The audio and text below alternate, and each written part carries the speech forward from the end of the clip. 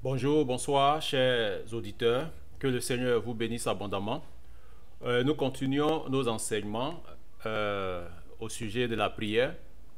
Aujourd'hui, nous allons voir cet enseignement qui est intitulé Le groupe de prière ou le comité de prière, lieu de direction divine. On va voir pourquoi et comment est-ce qu'un groupe de prière ou un comité de prière ou d'intercession dans une église locale reste le lieu de direction divine. C'est des enseignements que nous faisons en vue d'édifier le corps de Christ et tous ceux qui sont amoureux de la prière, mais en particulier les intercesseurs. Il est dit dans le livre de Jérémie, le chapitre 10, à partir du verset 23, ce n'est pas à l'homme, quand il marche, à diriger ses pas. C'est ce que le prophète Jérémie a dit. Et le psalmiste David, quant à lui, il compte sur Dieu pour sa direction selon le psaume 31, le verset 3. Donc il est important de compter sur Dieu pour être dirigé, pour être conduit. Être dirigé, qu'est-ce que ça veut dire? Être dirigé ou diriger, c'est conduire, c'est orienter, c'est rappeler à l'ordre. Lorsque nous sommes dirigés, nous sommes conduits, nous sommes orientés, nous sommes rappelés à l'ordre. Voici pourquoi le Saint-Esprit nous conduit dans une entreprise que Dieu nous confie.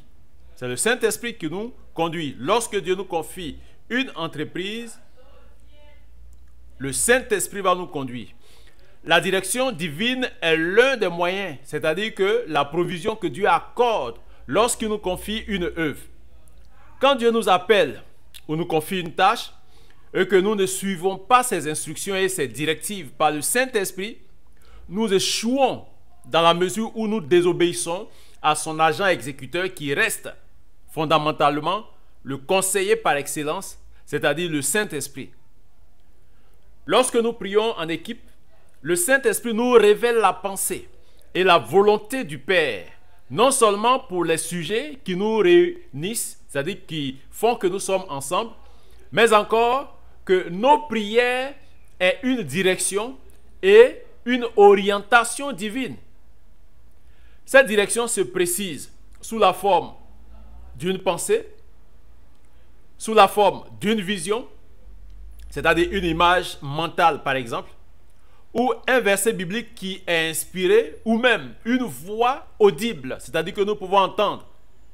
Et vous pouvez lire cela en Actes chapitre 13, le verset 2, Matthieu 17, le verset 5, Actes 9, le verset 4, et du verset 6 au verset 7. C'est donc la manifestation de la révélation, le davar, lorsque nous entendons la voix de Dieu. C'est cela le « ainsi parle l'Éternel ». Cette direction concerne en général des personnes, concerne des places, c'est-à-dire une localité ou un bâtiment, quand on parle de place, une localité. Donc, concerne des événements qui sont liés à notre église, notre ville, notre nation ou un champ missionnaire précis. En un mot, notre environnement. L'Esprit de Dieu donne donc ces directions. Voici pourquoi il va porter le groupe à intensifier sur tel ou tel sujet selon l'urgence et l'importance qui s'attachent aux besoins.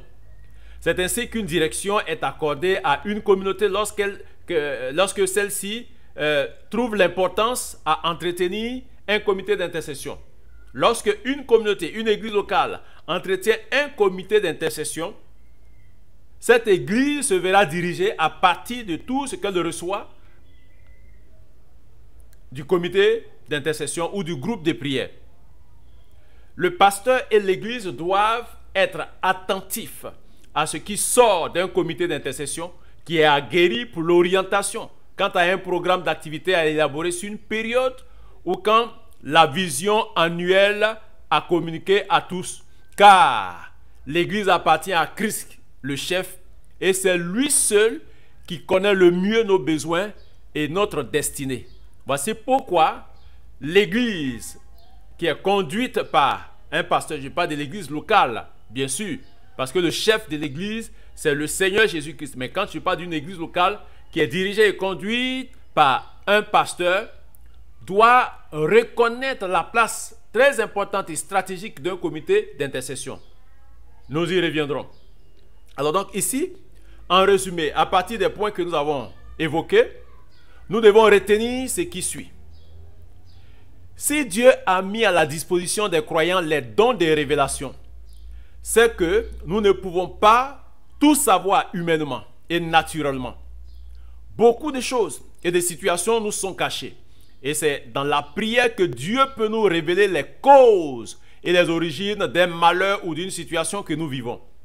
Les leaders ecclésiastiques devront être attentifs, conscients de cette réalité et mettre urgemment sur pied un comité d'intercession bien formé et encadré pour sécuriser leur communauté en termes de défense spirituelle. Parce que le comité d'intercession peut faire office de défense spirituelle. La deuxième chose à retenir, parce que souvent la chair nous conduit très loin de la pensée et la vision de Dieu, dans l'accomplissement et l'exercice de notre ministère, dans la gestion de notre vie et de notre famille, il importe de recourir à la prière pour être conduit dans une direction divine. Car malheureusement, même Satan peut nous tromper par séduction et nous conduire aussi dans ces voies de séduction qui nous poussent dans la perdition. Voici pourquoi il faut faire très attention. Donc nous allons nous arrêter ici. C'est un bref enseignement. Nous aurons la suite. Nous allons nous arrêter ici pour aujourd'hui. Ce qui vient d'être dit est simplement un extrait du livre intitulé « Approche pour une intercession efficace de votre serviteur ». Alors, si cet enseignement vous a fait du bien, n'hésitez pas à le partager à vos amis et vos frères, en laissant bien sûr des commentaires. Mais surtout, n'oubliez pas d'activer la cloche de notification en vous abonnant à cette chaîne Dr Nogbou YouTube. Vous pouvez également commander nos livres en nous laissant vos contacts. Pour plus d'informations, vous pouvez visiter aussi notre site internet www.missionmcc.com. Dieu vous bénisse et à la prochaine.